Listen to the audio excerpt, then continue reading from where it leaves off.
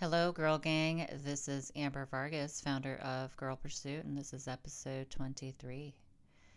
And we are going to talk about how before the day even starts, I've already lived it in my head. I've planned every transition, anticipated every meltdown, scripted every conversation. I know what time we'll leave. I know what snacks I'll pack. I know when my children will resist or not resist and what I would say to redirect. I've mapped the entire day before breakfast, from breakfast to bedtime, before I even open my eyes. And then the day starts and nothing goes according to plan. And I'm exhausted before 9 a.m. because I've already lived this day twice. Do any of y'all feel this way? Speaking to all the parents, especially the mothers, the default parents that are out there that plan their day ahead in their brain because they need some kind of structure, something to go off of, some framework to base off of, because if they don't, then it's all just in the air and someone's dysregulated, you're dysregulated, the whole house is chaotic. And if y'all have understood and have listened to my prior episodes, I've really talked about how I'm such a perfectionist. I try to do everything by whatever book that may be in my head internally of like, this is how it should be, and this is how it's going to be, or this is how I'm going to deal with something, and that's the outcome of it, right? So I don't know if that's like mental planning that anybody does. I know I do, and I know I have a really hard time closing out the tabs that in the brain that are always open. And the sequence of this should happen first before this, or the foresight of this is going to happen if this doesn't happen, like the need is not met, and then A, B, or C is going to happen. And just the sheer exhaustion of just thinking about it, and just the mental load of feeling like, why does this always feel heavy? Many times I'm just, without skipping a beat, I'm pretty good at it. And throughout my cycle, throughout the month, I have noticed that there's moments, there's times where it's like it's not the greatest, and I feel it in me, right? Like I feel it in my bones, like a prior episode title. And I don't know how to shut it off. I don't know how to calm it. I don't know how to tame it, or have to, like, let it just flow. There are few and far between times where I've let things just kind of ride out, and then I circle back, or I laugh at it, or say like, if I just pre-planned it, or if I just thought it through, maybe this wouldn't have happened. But damn, I'm only human, right? And there's only so much I could take at times, and I have to give myself that grace. But I don't know. I don't know if it's ADHD. I don't know if it's anxiety. I don't know if it's childhood survival patterns, or it's just me being a mom with too much on my mental plate, right? Like, but what I do is, what I do know is that my brain won't just let it be. It has to prepare. It has to plan. It has to think through every possible scenario before it happens. Yeah. I don't know, if I don't mentally rehearse it, I'll forget steps maybe, right? Like that executive function struggling. Um, Time blindness, like if I'm not constantly looking at the time, I won't know what will happen next, or if I'll be late. Um, I believe I will tie that definitely back to childhood. I recall my dad rushing me. And yes, the unfortunate yelling of hurry up, hurry up, hurry up. Let's go, let's go, let's go. The hustle, let's go. Of I tell my little kids to be ninjas, to just get moving, get moving. And it's like, but is it really a big deal? There's many times that I've been trying to practice. And y'all, I've been on this journey of trying to be better with myself, my higher self, trying to understand that it really is not a big deal when you just take a moment and take a deep breath. Just take a breath and just think about it like, is it really a big deal if it's 2 minutes more? Is it really a big deal? And again, I've talked about this in prior episodes where it's like the overwhelm management, planning like what it feels like to control everything else feels chaotic, but it's almost like that feels like home. You get it? like because that's all I've known. And I have difficulty with transitions. Mentally rehearsing transitions helps my brain prepare for them. And I know it's not okay. I know it's not healthy to a certain extent. I believe it's healthy because to an extent that kids do need routine, right?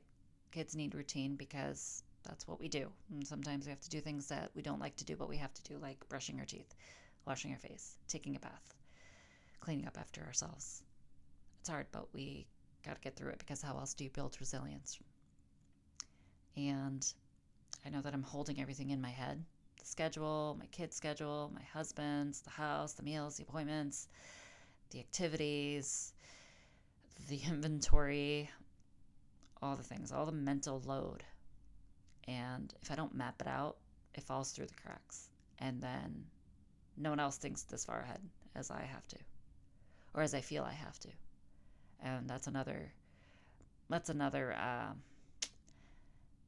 thing in its own, the domestic labor and the division of it, that I'm still trying to work through with my husband, truth be told. It's a lot. He's the one that works outside the house, and has been working. Again, to reiterate, I've been home with the children. It's going on, 6 years almost, and I have my business, I have my podcast, I have that for the last couple of years, but the main default parent to do all the things is me. Yeah, I don't know. If I can mentally prepare, I know that I won't spiral, right? Like the day won't spiral. If I anticipate the problems, I know maybe I can prevent them. If I script my reactions, maybe I won't lose my temper. I plan it to feel safe than the uncertainty. And I know I've had this question pop up in my head as I was trying to come up with this episode of what to talk about. And was it that I had to be a hypervigilant kid? Most definitely I did. I was the last of 5 children. I grew up poor in New York in a 1-bedroom, then transitioned to a 2-bedroom house. Things were not just handed to us. A lot of it was, we had to fight for, in a sense. A lot of hand-me-downs, a lot of, rationing. Yeah, it's that mental rehearsal of the survival strategy that I've never unlearned. And anticipating, unfortunately, the adults' moods to stay safe. The need to stay safe or to please my parents. So I went along with it. So always hypervigilant of surroundings, emotions, things. That's a part of me that I'm trying to not necessarily unlearn, but trying to learn it, be aware of it, and try to move through it and be better at it in coping mechanisms and also my execution of it. I've planned like the entire morning. I know exactly how it'll go, and then someone wakes up with a mood. Or we can't find the shoes, or my husband needs something, or I spilled my coffee. God, I remember one time I made breakfast right when my daughter was super young and my toddler was running around my son, and this was 3 years ago or something, 4 years ago, and I remember crashing the plate, like showing my daughter in her little bouncy chair, like, look, I made a fresh meal, and it just fell out of my hands, and a plate broke everywhere, eggs everywhere, bacon everywhere. I remember that being so hard, defeating, and so fucking overwhelming. It was so much. And I remember my daughter screaming, crying because, of course, the shock of like some loud sound, and I just felt so hopeless, so helpless. Like, fuck, I couldn't even make one good meal, fresh meal for myself. And I planned it out. I thought I had it all right. And then that happened, and it was just so much overwhelm. And it's a bit foggy, the memory, but I remember just picking it up and all that, and just kind of kicking myself, thinking like, wow, the audacity I had to try to make a fresh meal, hot meal for myself in the midst of postpartum. And this is what I got for it.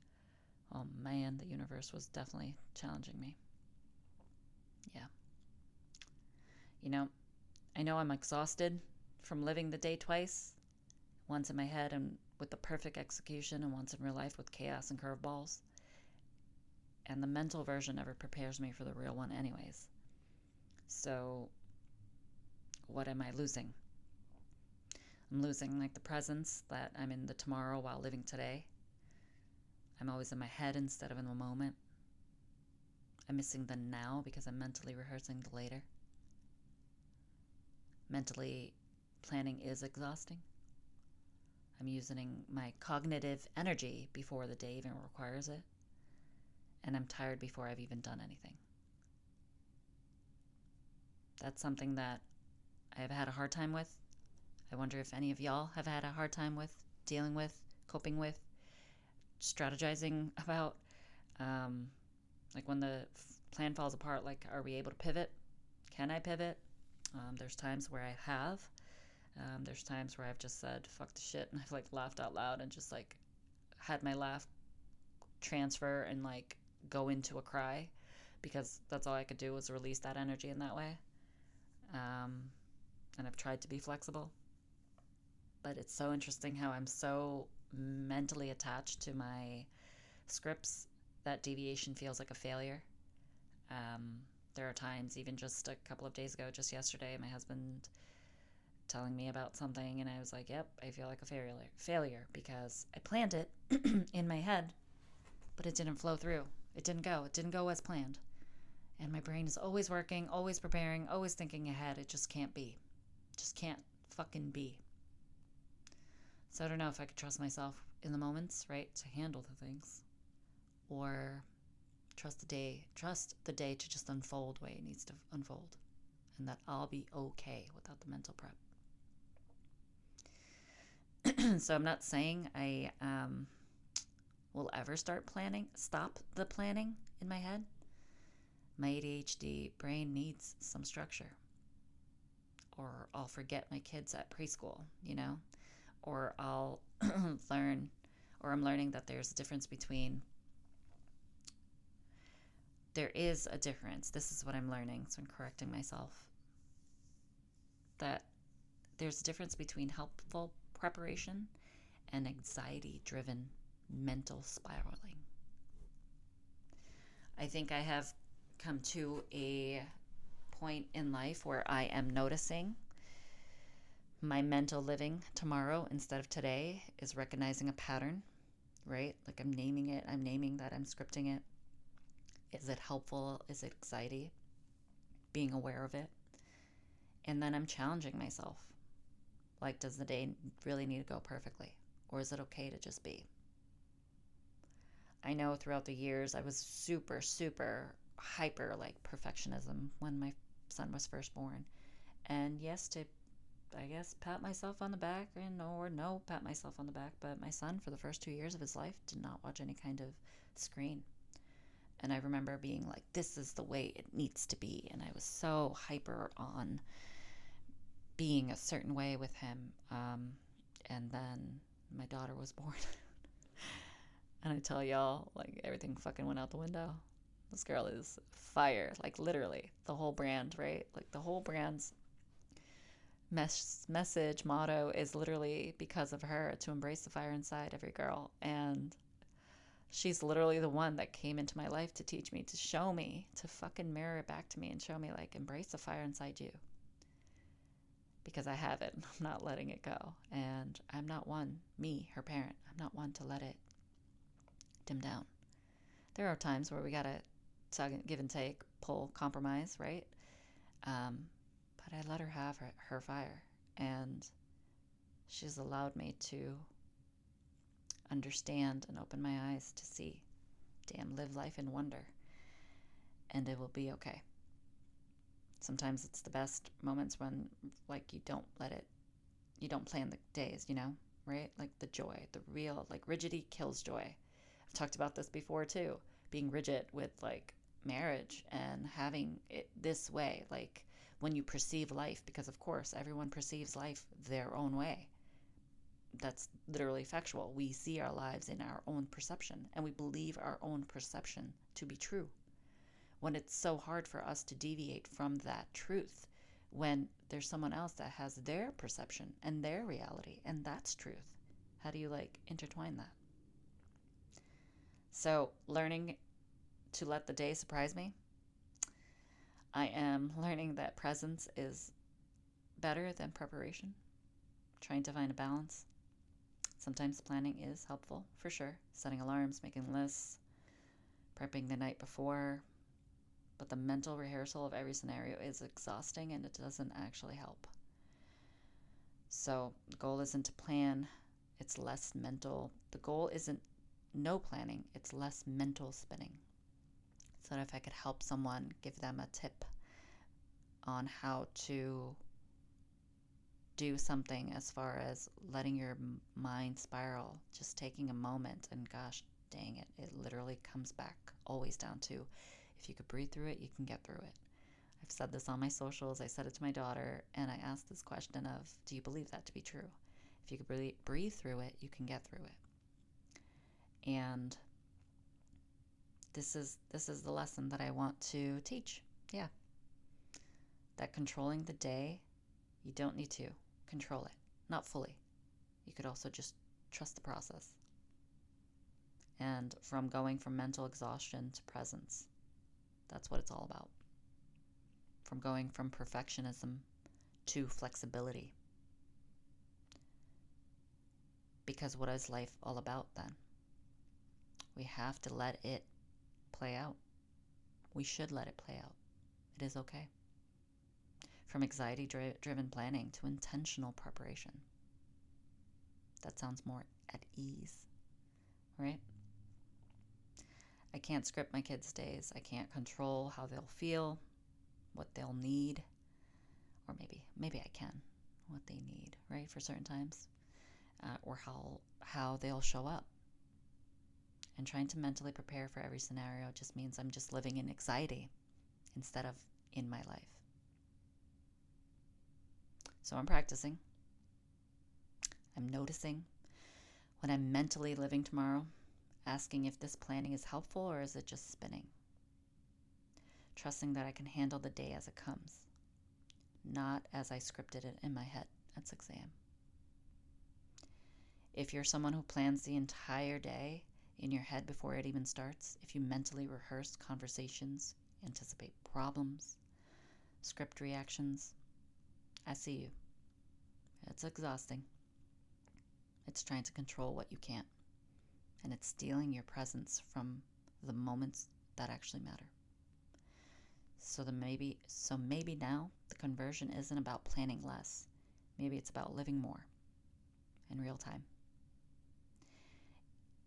In the actual moment.